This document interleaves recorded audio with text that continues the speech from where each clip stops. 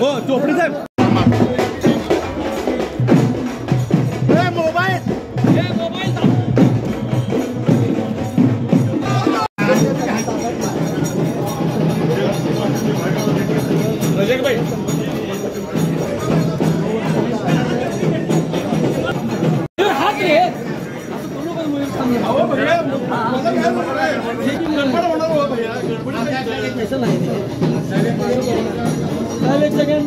दादा दादा एक मिनिट यस थँक्यू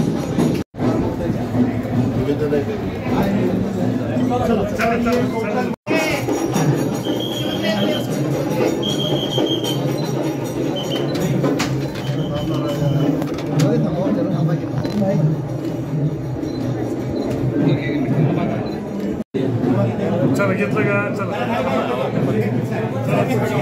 चला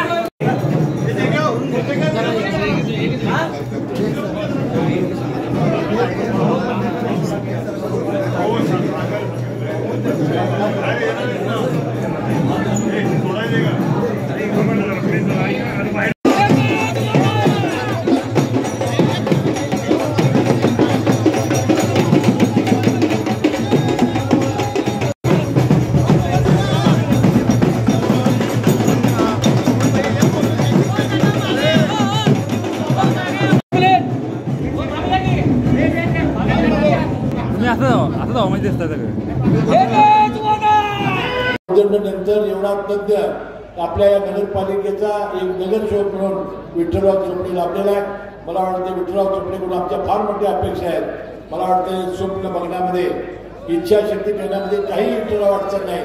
तुम्ही का करत राहा, पुढचं नेतृत्व हे आपोआप तुमच्या मागे येईल. अजितदादा पवारासारखा पहाडासारखा नेतृत्व तुमच्या हिमालयासारखं मागे उभं राहील एवढा विश्वास या मी निमित्ताने देतो. फार घाई गडबडीनं फार सकाळी लवकर टाईम दिली दादाने. तुम्हाला माहिती आहे दादाचा वेळेचं कसं असतं ते. कुठलीही नेते मंडळी आहे ती 2 तास वेळानं, दादा 1 तास आधी. माणसं आहेत का नाही त्याची कधी ती काळजी करत नाही. 1 तास ते आधी कोल्हापूरला आले.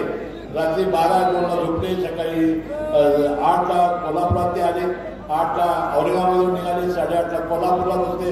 तुमच्या विठ्ठल चोपडे म्हणत होता साहेब जरा वेळानं आहे की जरा वेळानं आहे की.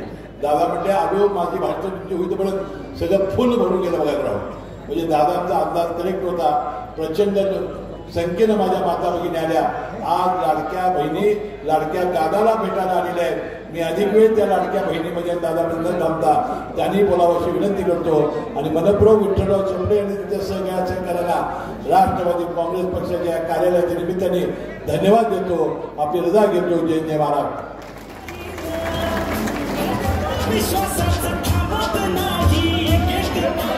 अभिमान आहे. थोड्या दिवसामध्ये विठ्ठलराव चोपडे यांच्या सहकार्याने इचलकरंजी शहरामध्ये आणि या विभागामध्ये राष्ट्रवादी काँग्रेस पक्षाचं अति चांगलं संघटन केलेलं आहे. आणि इचलकरंजी शहर हे कामगारांचं शहर आहे. झोपडपट्टीमध्ये राहणाऱ्या गरिबांचं शहर आहे. अल्पसंख्याक दीन दलित मागासवर्गीय अशा 18 पगड जातीच्या धर्मामध्ये राहणाऱ्या लोकांचं हे शहर आहे.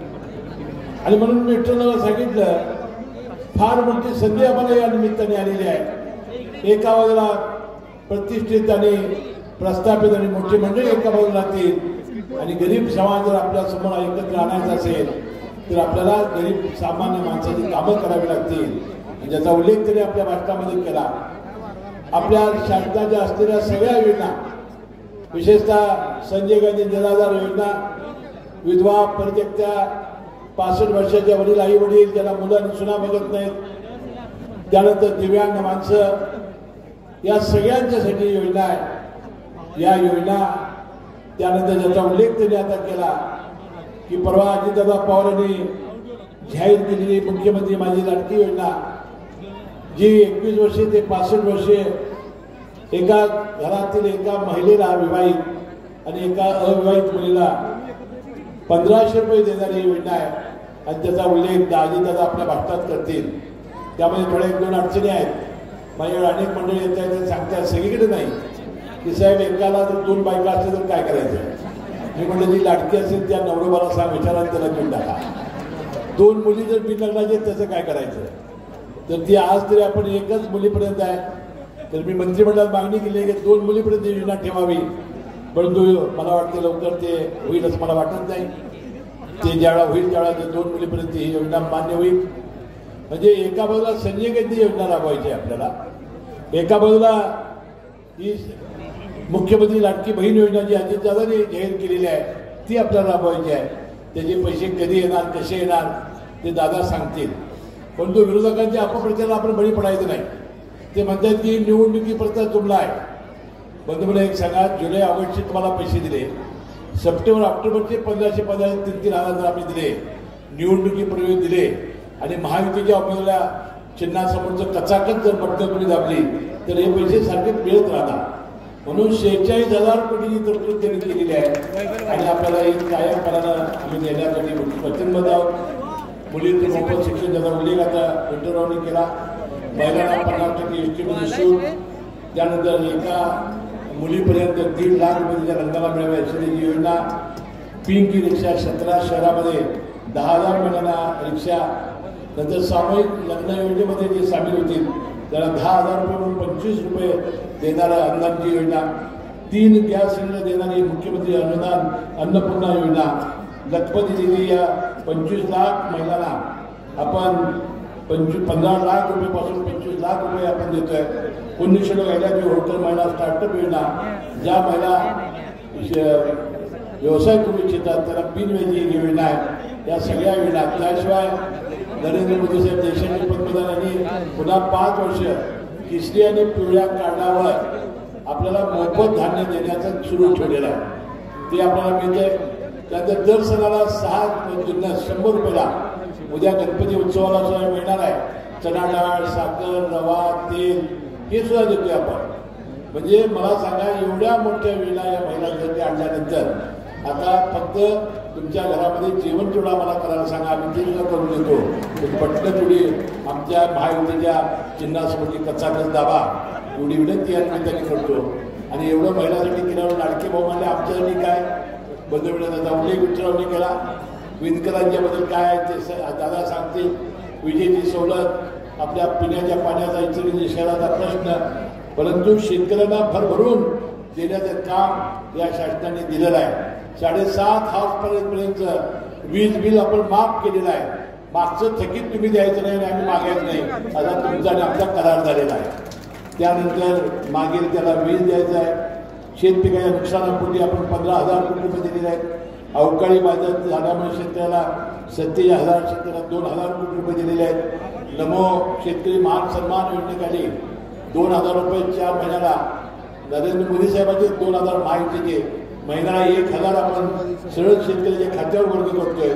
1 रुपयामध्ये पीक विमा योजना, अपघाती दुर्दैवाने शेतकऱ्याला मृत्यू झाला तर 2 लाख रुपये, 3 रुपये गाईच्या दुधाला अनुदान, कांदा उत्पादकाला 350 रुपये अनुदान, धान्य उत्पादकाला अनुदान, अशा अनेक योजना या आपण केलेल्या आहेत. म्हणून मला वाटतंय हे राष्ट्रवादी कार्यालय हे गरिबांचं काम करणारं, या सगळ्या योजना राबवणारं केंद्र ठरावं. मी विठ्ठलराव चोपडे तुम्हाला शब्द देतो, या सगळ्या गरिबांच्या योजना करा. तुम्ही या एकदा सगळ्या प्रस्थापितांना गाडल्याशिवाय राहणार नाही. चिंतेला विठ्ठलराव चोपडे असतील, अमित गाचाडे असतील, सगळे प्रमुख कार्यकर्ते विठ्ठलराव चोपडे या नगरपालिके निमित्ताने मला वाटते एका नगरपालिकेमध्ये कायद्याचा किडा कसा असावा तसा विठ्ठलराव चोपडे आहे.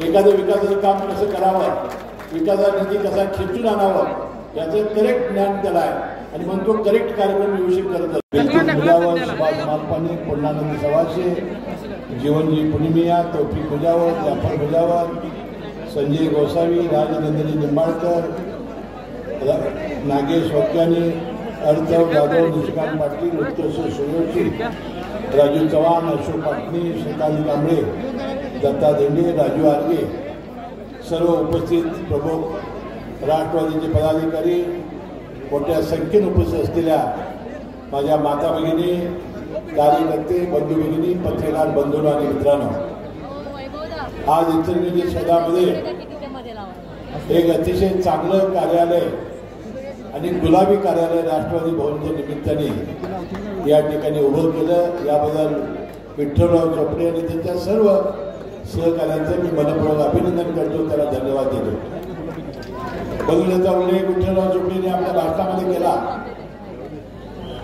अजितदादा पवारांच्या नेतृत्वाखाली राजकीय भूमिका आम्ही घेतली आणि महायुती सत्तेमध्ये गेल्यानंतर आमच्या राष्ट्रवादी काँग्रेस पक्षाला, अजित पवार गटाला आपल्याला राष्ट्रवादी पक्ष म्हणून मान्यता मिळाली, घड्याळ चिन्ह म्हणून आम्हाला मान्यता मिळाली.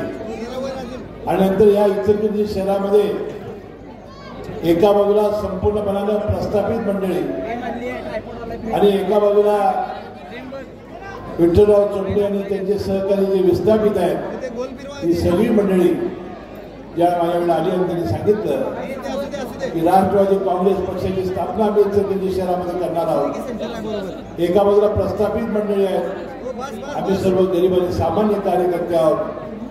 अजितदादा पवार यांनी क्षणाचाही विलंब न करता विठ्ठलराव चोपडे यांनी या सगळ्या सहकार्यामध्ये जबाबदारी सोपवली.